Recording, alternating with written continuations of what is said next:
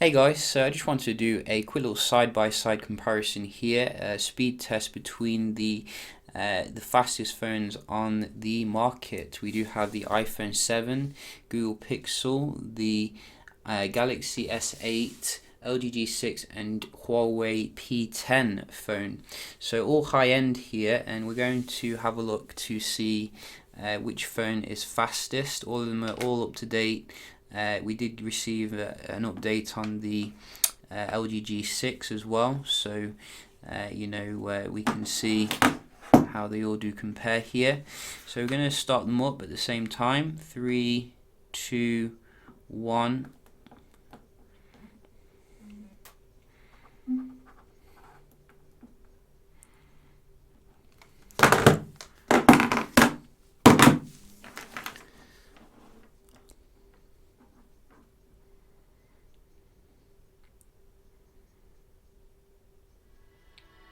Oh, S8 is a winner, then iPhone 7, then LG G6, Huawei P10, and Google is last, unfortunately. Wow, I wasn't expecting that. Well, actually, I was expecting the S8 to win, obviously, but I wasn't expecting the Pixel to be last. I thought the G6 or the P10 would be last, but interesting nevertheless. And we're going to have a look here at the performance then. First things first, we can really see there's a massive difference here in terms of the user interface. So I'm just going to swap this with this one and put this in the middle, and so we can see how things are. Obviously on the new S8, we do have some things that they have translated across into TouchWiz, like for example with the Pixel, you drag up to get to the app drawer. You also can flick up on the S8, which I really did enjoy actually doing this just as a game, just continually flicking it up here. You can see there's a little bit of lag when you do it compared to on the stock Pixel here, which I think they could improve. LG gives you the option of installing an app drawer like traditionally with the button, or you can just have it all on the home screen like you do with the iPhone. That is up to your choice. Huawei doesn't give you that option, unfortunately, but they have been improving the interface here a little bit, making it a little bit more palatable. But we're going to have a look at the speed then of all the devices on the table, so we can see who is top dog here in 2017. What are we on? We're on I think we're in April, aren't we? Are we on April? So we're not through the best of the year, I don't think. I think we've got more phones coming in the best of the year. It's usually towards the end of the year. So everything's on the Wi-Fi, it looks like. Just double checking that. They're all on the same one. And we're just going to start with the iPhone here.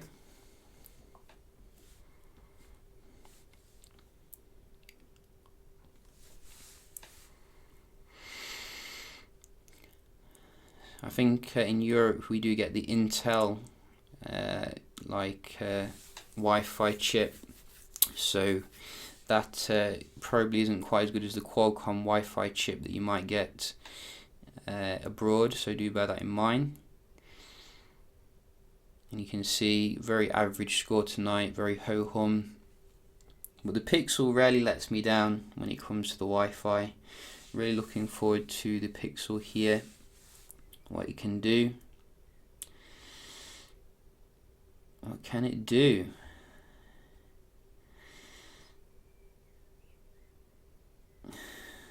Did I speak too soon? No, it's going up now. It's going up. Wow. So quite average tonight with the Pixel. Generally, I think it's quite average actually. Maybe they're rolling out throttling again, even on the Vivid service. We don't know. Have to look into that.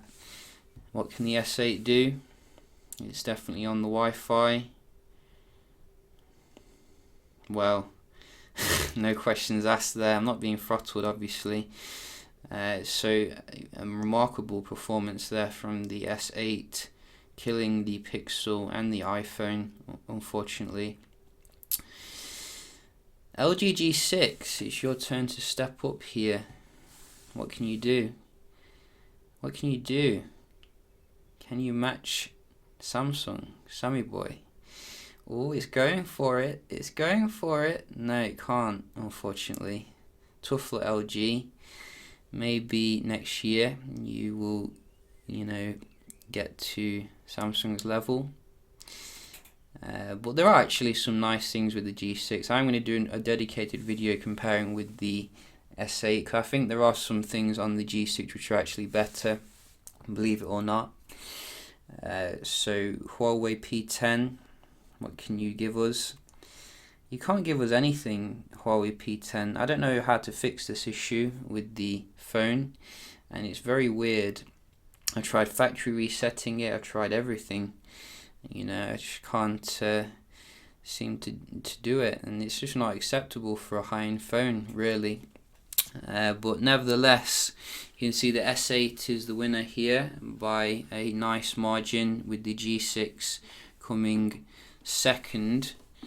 We're going to also have a look here at the Geekbench, which the geeks among us do like to see these number crunching kind of statistics.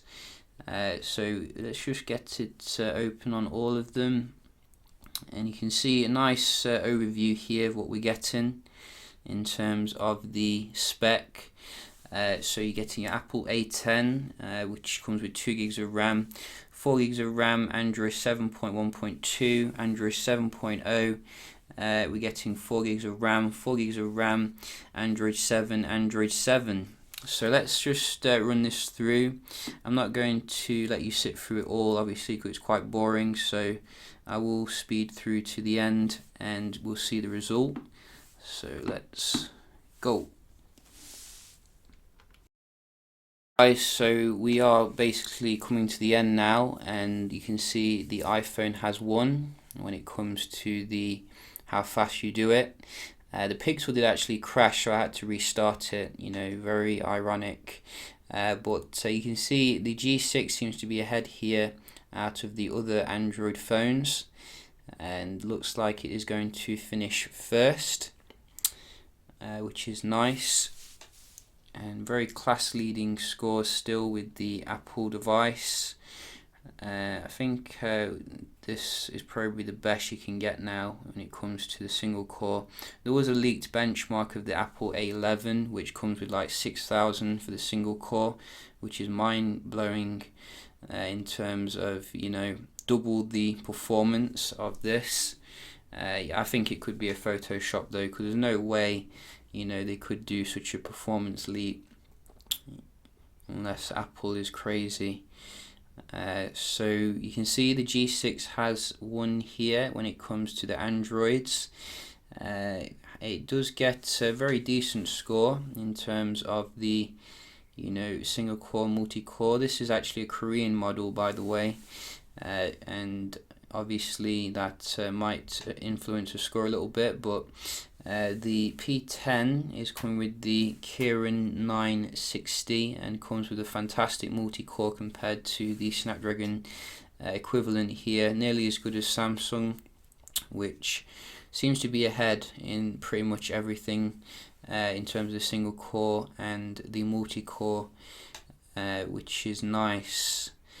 But you didn't really expect anything different here. Samsung always puts in the best stuff into its flagship phone. I think we're getting the Exynos 8895 here. It's hard to keep up with these processors, but that's what we get here. You can also get the Snapdragon 835 abroad as well, which should give good performance.